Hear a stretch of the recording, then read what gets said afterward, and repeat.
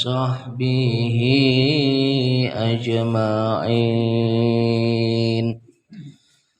اللهم صل على سيدنا محمد وأشغل الظالمين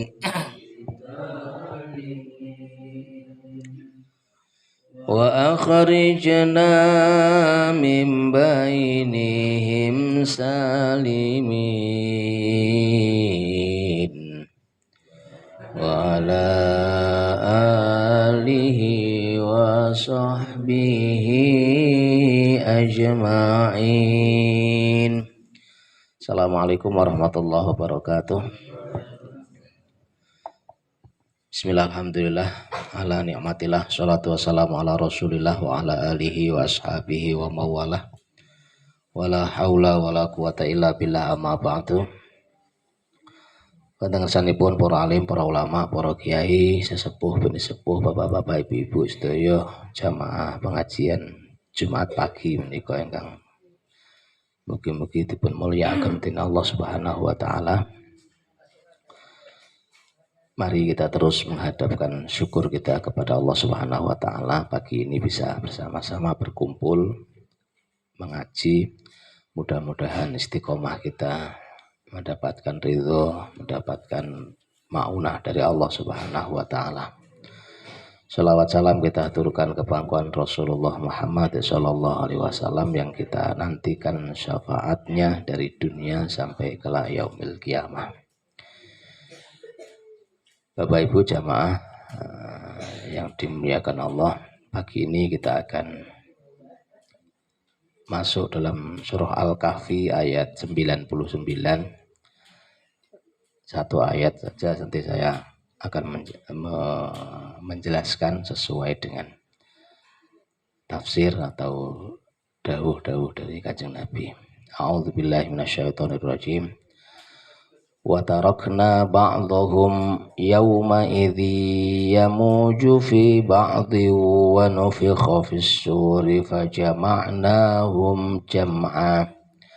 Wa tarakna ba'dahum yawma idzi yamuju fi ba'dhi wa nufikha fis suri fajama'nahum jam'a.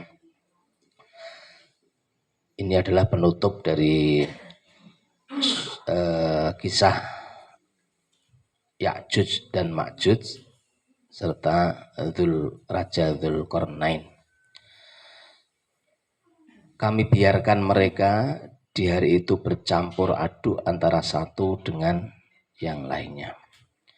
Banyak ahli tafsir menjelaskan maksudnya bercampur adalah kelak itu Ya'juj Ma'juj, manusia dan makhluk Allah akan bertemu, bercampur semuanya di sana, di tempat namanya Padang Mahsyar atau di tempat yang Allah kehendaki. Wa nufikha fis suri fajama'nahum jam'a. Kemudian Allah akan meniup sangkakala melalui malaikat namanya malaikat Israfil. Fajama'nahum jam'a, lalu kami kumpulkan kembali mereka semuanya.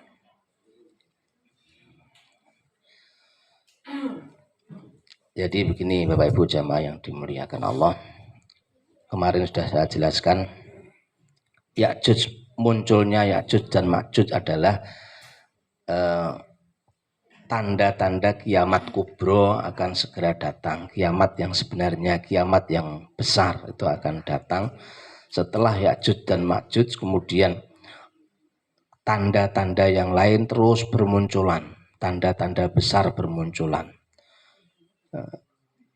Kemudian setelah itu puncaknya adalah kiamat, di mana malaikat Israfil diperintahkan oleh Allah untuk meniup sangkakalanya, sehingga waktu itulah bumi akan hancur, planet-planet bertabrakan, lautan tumpah ke daratan, dan semua yang bernama hidup mati. Semua yang bernama hidup mati. Nabi pernah berdoa begini, Allahumma rabbah Jibril wa Mikail wa Israfil fatiras samawati wal ard alimal ghaibi wasyahadah anta tahkumu baina ibadika fima kanu fihi yakhtalifun. Nabi itu berdoa dengan menyebut 3 malaikat. Namanya malaikat Jibril, kemudian Mikail, dan malaikat Israfil. Di sini dijelaskan baik Jibril, Mikail, Israfil adalah malaikat-malaikat yang sangat dekat dengan Allah. Jibril itu menghidupkan hati manusia, Mikail menghidupkan dunia, kemudian malaikat Israfil menghidupkan kelak orang-orang yang sudah meninggal dunia akan dihidupkan kembali oleh malaikat Israfil. Malaikat Israfil itu hanya petugas yang ditugaskan oleh Allah. Yang menghidupkan yang hakiki adalah Allah Subhanahu wa ta'ala. Tiupan pertama malaikat Israfil menghancurkan. Kemudian tiupan selanjutnya akan menghidupkan semua yang telah mati. Ma bainan nafkhataini arba'una. Nabi pernah bersabda, didengar oleh Abu Hurairah. Abu Hurairah itu sahabat yang selalu mengikuti Kanjeng Nabi. Jadi Kanjeng Nabi bercerita, wahai sahabat, besok itu antara tiupan malaikat Israfil yang pertama dengan tiupan malaikat Israfil yang kedua yang menghancurkan dengan yang menghidupkan itu jaraknya adalah arba'una 40. Ketika Abu Hurairah bercerita tentang itu kepada sahabat yang lain, Abu Hurairah kan bercerita, Nabi pernah bercerita itu begini, besok itu malaikat Israfil meniup sangkakala, manusia semuanya mati, kemudian menghidupkan lagi. Jaraknya adalah 40. Sahabat bertanya, Abu Hurairah, arba'una yauman, 40 ki maksudnya 40 apa? Apakah 40 hari? Abu Hurairah ditanya seperti itu, menjawab, kola, apa itu? Mbuh aku kurang ngerti, pokoknya 40. Nabi itu mature meng 40. Sahabat yang lain bertanya lagi, arba'una syahron, mungkin 40 bulan. Abu Hurairah menjawab lagi, kola apa itu, aku ya orang ngerti 40. Yang lain arba'una sanatan, atau mungkin 40 tahun. Para Abu Hurairah juga menjawab, apa itu, saya tidak tahu. Jadi 40 itu 40 hari, 40 bulan, atau 40 tahun, itu tidak tahu. Yang jelas Nabi mengatakan 40 dan pasti benar. Di malaikat Israfil menghancurkan, kemudian jarak antara hancur dan bangkit kembali itu 40. 40 tahun, 40 hari, atau 40 bulan. Betul nanti saya ngertos. Ngertosnya mangke dititeni mawon mangke. Nah pas kejadian, oh ternyata 40 hari. Oh ternyata 40 bulan. Waktu wah suwimen ya wis keliwat 10 tahun kok durung bangkit-bangkit, wah berarti 40 tahun. Jangan berharap 12 bulan atau 15 tahun, mboten, pasti 40. Niku sing dawuh Kanjeng Nabi. Kemudian Rasulullah melanjutkan,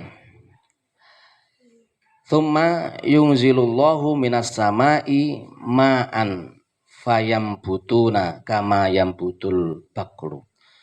Kemudian ketika itu Allah menurunkan hujan dari langit. Ketika Allah menurunkan hujan itu fayambutuna kama yambutul baqlu. Tiba-tiba seperti bumi yang dihujani oleh Allah kemudian tumbuh biji-bijian itu tumbuh seperti tumbuhnya bayem ngertos ya, atau jamur atau apapun tumbuhan itu. Jadi bisa dibayangke tadinya mungkin kering, kemudian ada hujan nak cara desa niku napa Bu? Cambah niku kata itu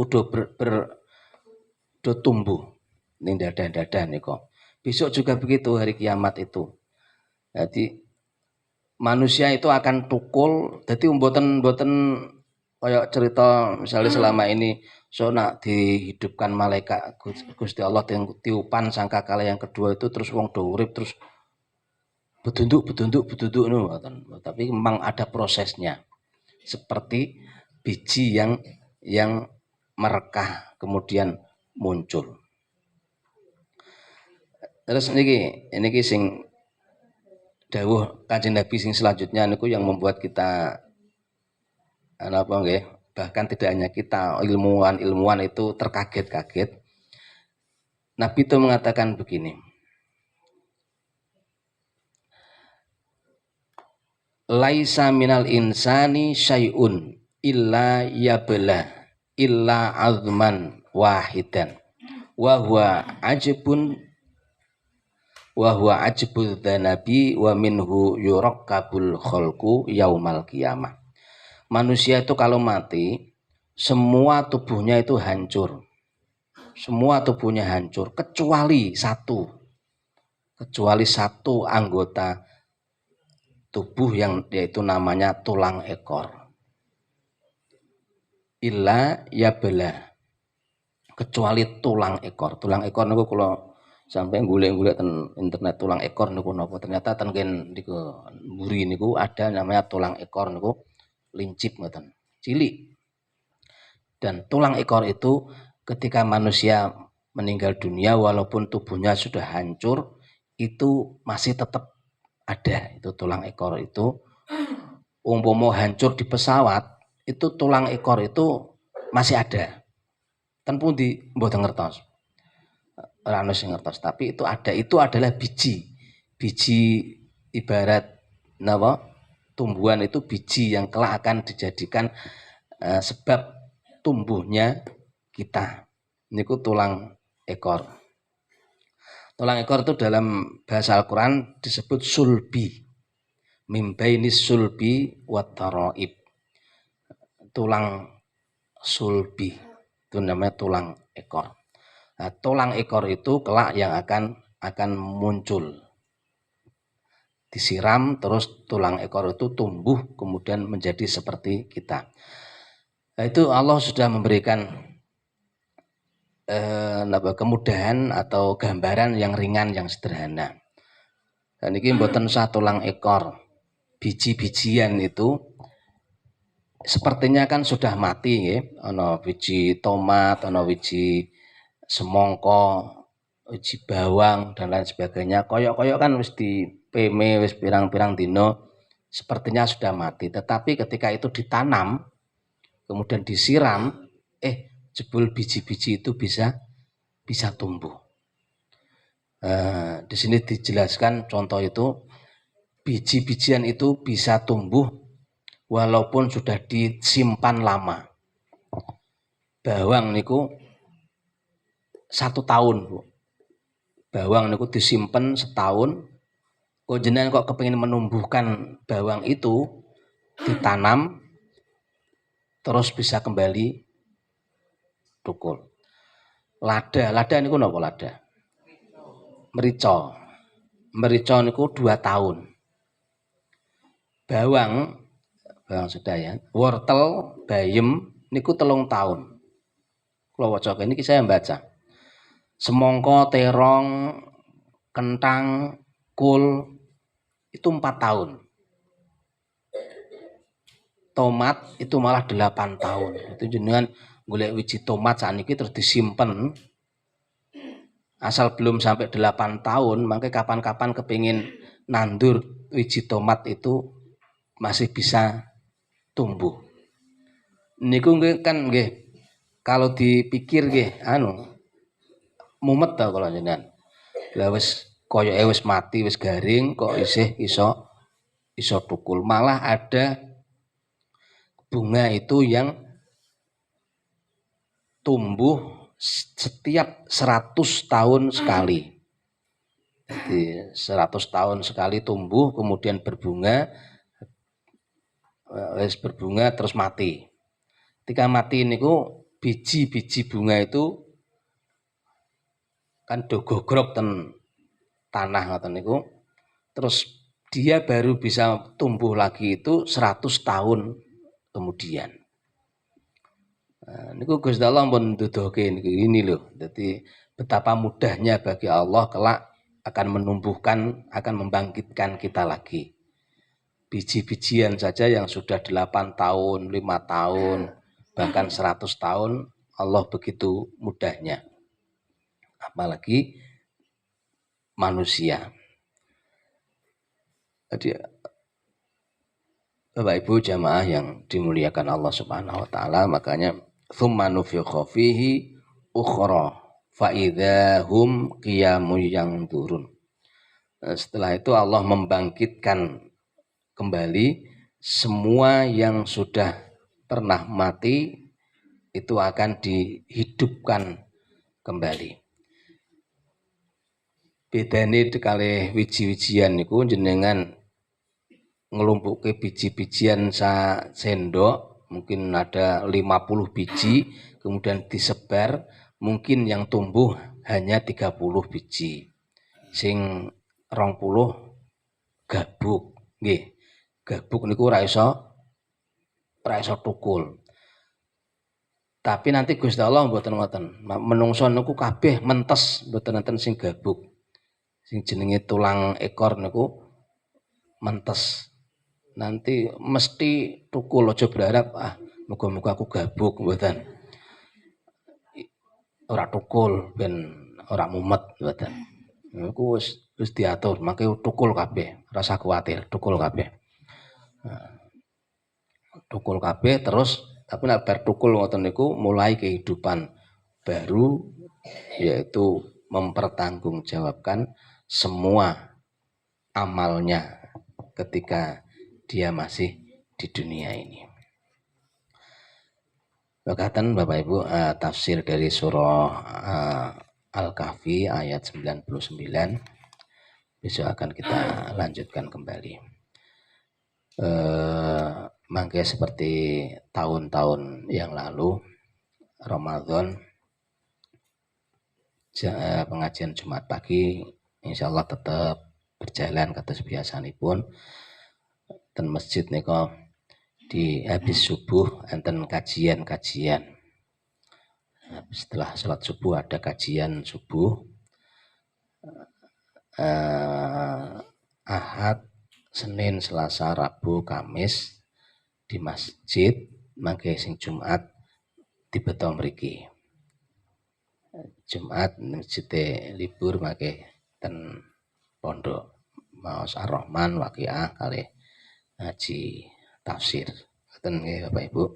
Mugi-mugi kula panjenengan sedaya saged menangi rawuhipun wulan Ramadan, saged ngisi wulan Ramadan kanthi sae, kanthi mentes. Mugi-mugi saged dados sangu kula panjenengan sedaya. Al-Fatihah.